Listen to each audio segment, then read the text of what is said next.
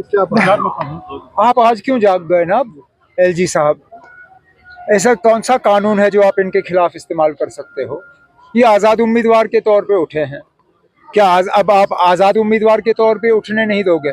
Organisation पे तो ban लगा हुआ है, ये ऑर्गेनाइजेशन के नाम पे तो इलेक्शन के मैदान में उतरे नहीं हैं ये।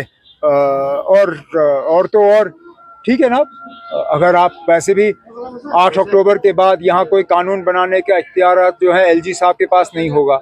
यहाँ लोगों की अपनी चुनी हुई सरकार होगी, वो तय करेंगे ना कौन लड़ेगा कौन नहीं लड़ेगा। हमें शिकायत हमें करनी चाहिए। मैदान में हमारे खिलाफ उतरे हैं, वोट हमारे खिलाफ लेने की कोशिश कर रहे हैं, हम इस तरह की मांग नहीं कर रहे हैं, तो एलजी साहब क्यों कर रहे हैं ना? अब उनको क्या परेशानी है? साहब अभी जो सूरत हाल हम देख रहे हैं, जैसे कि इंजीनियर रशीद है, वो कह रहे हैं कि मैं लिख के दूंगा उमर साहब नहीं जीतेंगे। अब इंजीनियर रशीद साहब जरा पहले जो आज उन्होंने एबीपी के जरिए इंटरव्यू दिया है उसका जवाब दें। इंजीनियर रशीद साहब ने खुले अल्फाजों में ये कहा है कि आज अगर 8 अक्टूबर के बाद बीजेपी को नुमाइंदों की ज़रूरत पड़ी, एमएलएज की ज़रूरत पड़ी, तो बीजेपी के लिए इंजीनियर रशीद साहब के दरवाजे खुले हैं।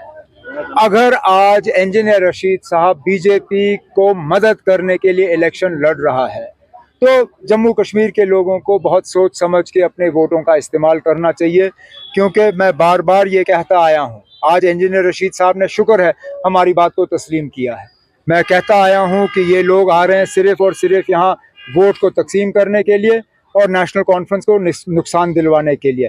इंशाल्लाह 8 अक्टूबर को साबित होगा कि इंजीनियर रशीद साहब जो हैं उन्होंने लोगों से हमदर्दी के नाम पे वोट हासिल किए, लेकिन आज वो वोट उनको नहीं मिलेंगे। उनके कहने के मुताबिक जमात इस्लामी लाइक माइंडेड कैसी है? वो कहते हैं कि हमने वो तो आपको उनसे लेना, वो तो आपको इंजीनियर से पूछना पड़ेगा, क्योंकि आज इंजीनियर बीजेपी की मदद करने के लिए तैयार है। तो इंजीनियर साहब के लिए बीजेपी भी लाइक माइंडेड है, जमात इस्लामी भी लाइक माइंडेड है। अब ये तो सिर्फ इंजीनियर ही समझा सकता है ना, मैं तो उनकी सियासत आज तक समझ नहीं पाया। आप समझ सकते हैं तो अच्छी बात है।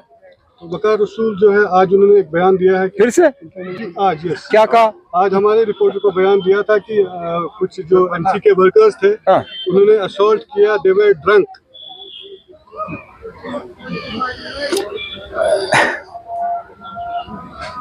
अब फ्रस्ट्रेशन में लोग बहुत कुछ कह जाते हैं। वकार रसूल साहब कुछ ज्यादा ही फ्रस्ट्रेट हो गए हैं। अब इलेक्शन खत्म हो गया है, उनको चुपचाप बैठना चाहिए, 8 अक्टूबर का इंतज़ार करना चाहिए। लोगों का फैसला हमारे सामने होगा। बाकी रही बात उनकी अपनी तंजीम जो उनकी कांग्रेस पार्टी है, उन्होंने उनके इन बयानों को पसंद नहीं किया। उनको जो नए पीसीसी के सदर बने हैं उनके तरफ से मार पड़ी है एक बयान के जारे। उन्हें अपनी पार्टी का जो है नेशनल कांग्रेस का ख्याल रखना चाहिए। हम अपनी पार्टी का ख्याल रखेंगे ना। एक बात का जवाब नहीं दिया। किस बात का? आप इनको क्यों लगता है कि आप ही